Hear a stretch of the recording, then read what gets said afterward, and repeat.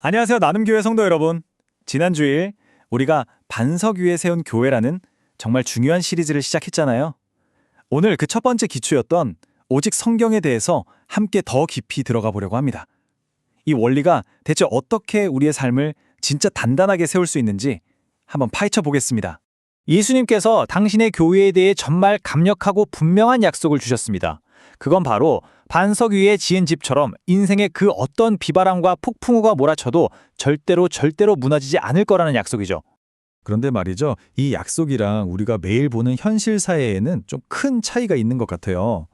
한때 존경받던 리더들이 무너지는 소식, 교회 안에서 생기는 분열, 그리고 성도인 우리 한 사람 한 사람의 삶에서 겪는 수많은 어려움들까지 마치 집이 흔들리는 걸 넘어서 막 무너져 내리는 소리가 여기저기서 들리는 것만 같습니다. 그렇다면 이 흔들림의 진짜 원인이 뭘까요? 우리는 자꾸 외부에서 답을 찾으려고 하거든요. 하지만 혹시 진짜 문제는 우리의 기초에 있는 건 아닐까요? 그래서 우리는 스스로에게 이 질문을 던져봐야 합니다. 혹시 내 집은, 우리 교회는 모래 위에 지어지고 있는 건 아닐까? 500년 전 종교개혁가들의 대답은 아주 명확했어요. 무너져가는 집을 그냥 수리하는 걸로는 안 된다. 기초 자체를 다시 놓아야 한다. 바로 이거였죠. 그리고 교회의 유일하고 참된 기초, 그 반석은 바로 하나님의 말씀, 오직 성경이었습니다. 오직 성경이라는 말 우리 정말 자주 듣잖아요? 근데 진짜 그 뜻을 제대로 알고 있을까요? 이 원리가 정확히 뭘 의미하는지, 그리고 또 뭐가 아닌지 이번 기회에 확실하게 한번 짚고 넘어가 보죠. 오직 성경이 이 세상의 유일한 지식이라는 뜻이 절대 아닙니다. 여기서 핵심 단어는 바로 최종 권위예요. 우리의 신앙과 삶의 모든 영역에서 마지막 판결을 내리는 최고 법원. 그게 바로 성경이라는 고백인 거죠. 이 슬라이드를 보시면 그 차이가 아주 명확하게 보이죠? 우리가 가장 흔하게 하는 오해가 바로 솔라 스크립투라를 솔로 스크립투라로 착각하는 거예요. 오직 성경은 전통이나 이성, 경험 같은 다른 지혜들을 다 버리라는 게 아닙니다. 오히려 그 모든 것들을 존중하되 최종적으로는 성경이라는 기준 아래에서 이게 진짜 맞는 말인가? 하고 판단해야 한다는 의미입니다. 종교개혁 당시 상황을 보면 이 원리가 왜 그렇게 혁명적이었는지 알 수 있어요. 중세교회에서는 보시는 것처럼 권위의 순서가 완전히 뒤집혀 있었거든요. 성경은 제일 밑에 있었고 교회의 전통과 교황의 해석이 그 위에 딱 버티고 있었죠. 성경이 교회를 판단하는 기준이 아니라 교회의 결정을 정당화시켜주는 도구로 전락해버린 겁니다. 바로 이런 현실 앞에서 마르틴 루터가 황제와 교황의 권력 앞에 서서 이렇게 담대하게 선포한 겁니다. 내 양심은 세상의 권력이 아니라 오직 하나님의 말씀에만 사로잡혀 있습니다. 최종 판결은 사람이 아니라 말씀이 내린다는 그야말로 혁명적인 선언이었죠. 이 루터의 고백은 오늘 우리에게 아주 날카로운 질문을 던집니다.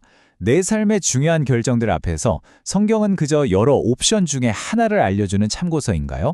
아니면 모든 논쟁을 끝내고 최종 결론을 내리는 판결문인가요? 아니, 그렇다면 대체 어떻게 이 책 한 권이 우리의 삶 전체를 다스리는 그런 절대적인 권위를 가질 수 있는 걸까요? 그 정말 놀라운 이유를 함께 발견해 보겠습니다. 그 비밀은 테오프뉴스토스라는 한 단어에 담겨 있어요. 하나님이 숨을 불어넣으셨다는 뜻이죠. 이게 왜 중요하냐면 성경이 그냥 오래된 종이 뭉치가 아니라 지금 이 순간에도 하나님의 생명력으로 살아 숨쉬는 말씀이라는 걸 선포하기 때문입니다.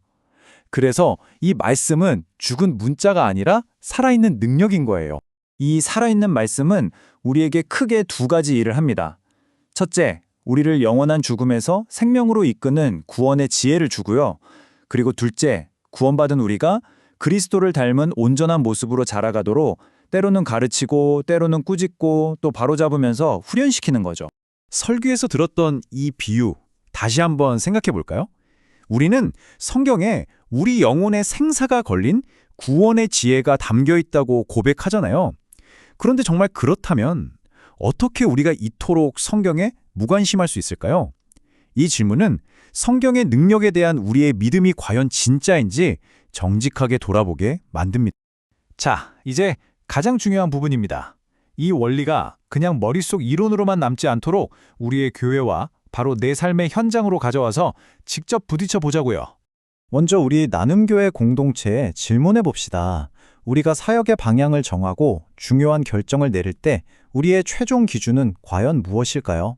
시대의 흐름이나 사람들의 선호, 행정적인 편의가 하나님의 말씀보다 더 큰 영향력을 행사하고 있진 않은지 우리 모두가 정직하게 점검해 봐야 합니다. 이제 시선을 우리 각자의 삶으로 더 깊이 가져와 볼까요? 매일 마주하는 돈 문제 앞에서 당신의 최종 판결문은 무엇입니까? 세상이 말하는 안정과 성공인가요? 아니면 모든 것이 하나님의 것임을 인정하는 청지기의 원칙인가요? 복잡한 인간관계는 또 어떻고요? 불편한 진실을 마주하더라도 사랑으로 진리를 따르는 게 기준인가요? 아니면 좋은 관계를 유지하기 위해서 진리를 타협하는 게 기준인가요? 이 모든 질문 앞에서 우리의 진짜 최종 권위가 무엇인지 드러나게 됩니다. 자, 이제 이 모든 것을 종합해서 우리가 처음 시작했던 그 반석의 이미지로 다시 돌아가려고 합니다. 그 반석이 무엇인지 이제 우리는 분명히 알게 됐죠. 이게 바로 핵심 약속입니다. 말씀 위에 집을 짓는다고 해서 인생의 폭풍을 피할 수 있는 건 아니에요. 우리도 똑같이 흔들릴 수 있습니다. 하지만 이 약속은 분명합니다. 기초가 말씀이라면 우리는 결코 무너지지 않을 겁니다. 그리고 우리가 기억해야 할 가장 중요한 사실은 이 오직 성경이라는 원리가 결국 한 분, 바로 예수 그리스도를 가리킨다는 거예요. 그분 자신이 바로 육신이 되신 하나님의 말씀이시거든요. 그래서 말씀을 따른다는 건 단순히 규칙을 지키는 게 아니라 인격이신 예수님과의 살아있는 관계 안으로 들어가는 겁니다. 그래서 지난 주일 우리는 이 세 가지 구체적인 결단을 함께 나눴습니다. 첫째, 시간을 정해서 말씀 앞에 서는 것. 둘째, 내 생각과 고집을 말씀 아래에 내려놓는 것. 셋째, 때로는 손해를 보더라도 말씀으로 사는 것. 이것이 바로 우리의 삶을 반석 위에 세우는 구체적인 방법입니다. 우리는 매일 순간의 선택을 통해 우리 인생이라는 집을 지어가고 있습니다. 이 내용을 마무리하면서 이 질문을 스스로에게 한번 던져보시기 바랍니다. 오늘 당신이 쌓아 올리고 있는 그 벽돌은 과연 어떤 기초 위에 놓이고 있습니까?